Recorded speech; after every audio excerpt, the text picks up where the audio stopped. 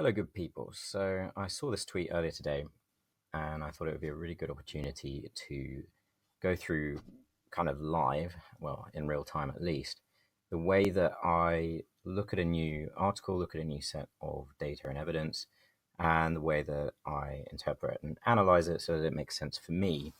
Because my main concern when it comes to understanding the data is that I can make better decisions for myself, for my family, for my clients, for the people that are important to me. And obviously, I'm not setting national dietary guidelines or anything of the sort, but I do have a direct impact and influence on the health and well-being of a number of people. Not to mention my son, who is completely at the whim of our decisions at this point. And so I feel a lot of responsibility to do this as well as I can. So I'm just going to go through my thought process and try and understand, try and unpack it for you as we go, because I think this will help you, if you're watching, make better sense of all of the data, all of the evidence, all of the stuff that's flinging at you every single day, and help you separate the internet noise from the science. And we're going to have a look at what I think is actually going on here. So, Gil Carvalho, MD, PhD, Nutrition Made History. I don't know who Gil Carvalho is. I've never seen anything from him on Twitter before. So I have no preconceived notions about what kind of thing he's going to be into or promoting. I'm just going to try and take the tweet at face value, at the words that it is that are presented. So, internet noise, carbs are not essential, fiber is useless, grains cause diabetes. Science, meta-analysis of 243 observational plus randomized controlled trial studies indicates that fiber and whole grains lower heart disease, blood pressure, diabetes, cancer, and mortality.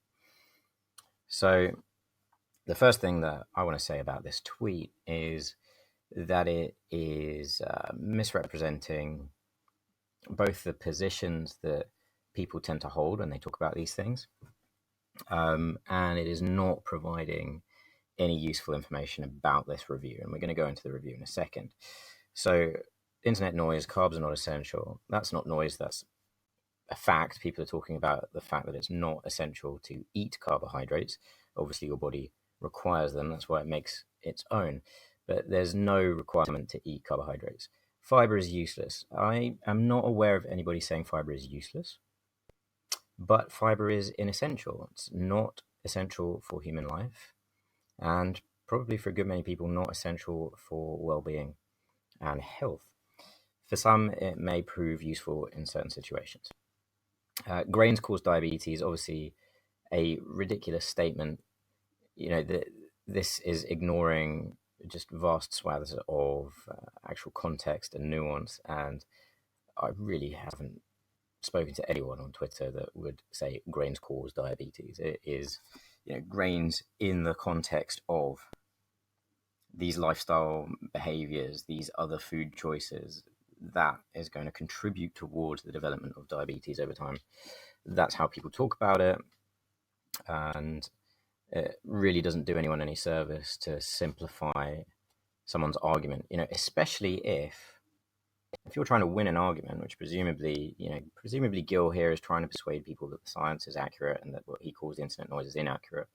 You don't want to straw man the opposition. You want to steel man them. You want to present the strongest possible version of their argument. So here we have presumably what he feels is the strongest possible version of his argument, that we have this meta-analysis of 243 observational plus randomized control studies. So the interesting thing here is the only number that he quotes is the number of studies, which is actually completely meaningless. It doesn't matter at all.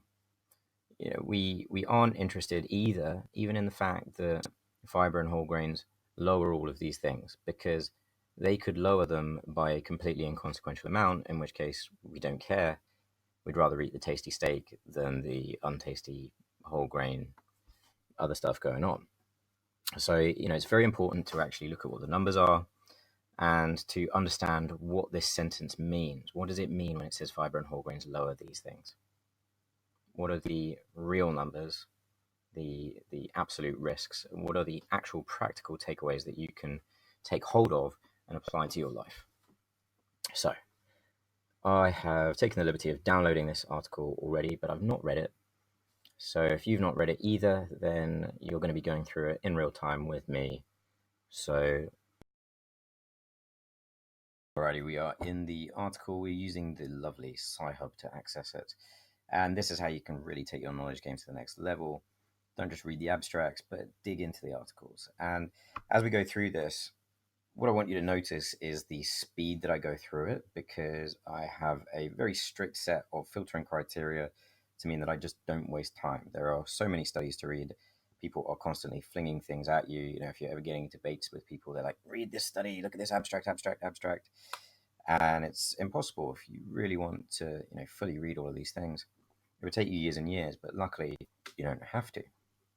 How do I know that to be true? Well, because only a few things really matter, to me anyway. And that is the absolute risk. So, what is the actual likelihood of this affecting me in reality in my day to day life? And what are the practical takeaways that I can glean from the paper? So, if it's a more technical paper, if it's actually a scientific test, a study of some phenomenon, or there are you know new facts to be learned about the body, physiology, etc., yes, I will read it thoroughly, because there it's going to be more information dense. But in these kinds of papers, what you find is that, for example, this whole introduction is just gobbledygook guff that is the author's opinions or justification for this study's place in the history of research of a similar kind. It's irrelevant. The summary, again, is their opinion of the totality of this piece. It's how they have summarized it. And the methods themselves, we will look at as we go. There's no reason to particularly go into this right now. And equally, the findings here, this is their summarized findings. They're not the actual findings. So the first thing that I would look at are, what are the numbers that they think are important. So they think that the power of these studies in terms of the number of person years and studies involved is important. That's the thing they think is most important. They're trying to impress you. This is really an appeal to authority. The thing they think is next most important is a 15 to 30% decrease in all cause and all the other forms of mortality and risk and so on, with the highest fiber cohorts compared to the lowest fiber cohorts. Now, this number, 15 to 30%, I care about just as little as I care about these numbers, because if these numbers are on nonsense, then the data is nonsense. I don't care. So it really doesn't matter what these are. And if this number is irrelevant in terms of absolute risk, then I also similarly do not care. So they are presenting numbers that have no real world bearing on anyone. Why are they doing that? That is a good question that you should ask yourself. They believe that 25 to 29 grams of fiber intake gives you the best outcomes. They believe that fiber should be increased further. Finally, they concede that in general, the evidence is low to very low, possibly moderate at best for all of the data examined. Again, you want to ask yourself, why do they put this bit last? Why do they put this bit first? These bits go together, surely. No, because if the data is low quality, the amount of it does not matter. Their interpretation is irrelevant, so I won't even read it. And again, I'm going to gloss over the methods, because what I want to understand are what the numbers are. They think that those numbers, that 15 to 30% decrease, they think that's most important. So we want to understand, what does that mean?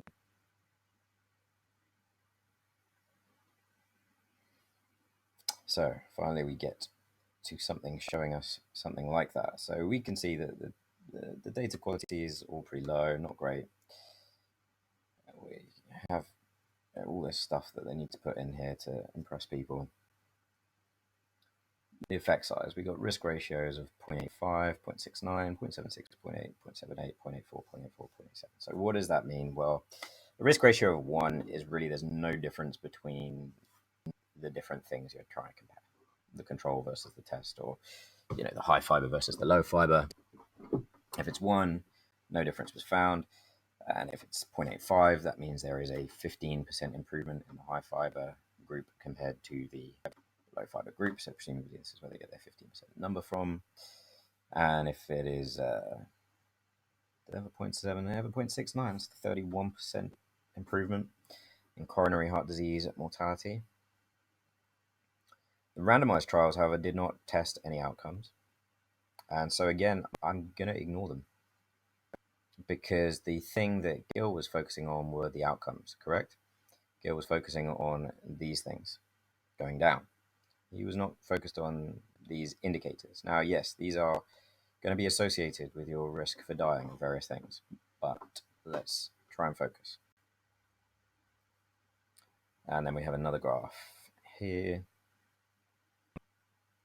So the risk ratios, there's one as impressive as a 0.66 for coronary heart disease mortality. And the randomized trials, again, not measuring outcomes.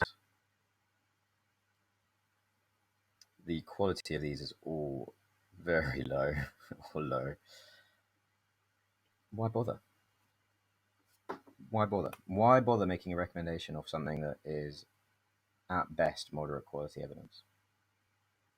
Why not be honest and say, we've got some fair to middling evidence that paints an association between these things, but we really don't know anything beyond that. That's the honest way to interpret that. So this is whole grains intake graph. This one is fiber, and this one is glycemic index. Glycemic index, they claimed to find had no impact. What it looks like is the spread of the impact is wider if you look through these. But the evidence is just lower quality in general. So we're going to ignore that. So what we want to understand and what we're here to try and figure out, this is what Gil was talking about. Does fiber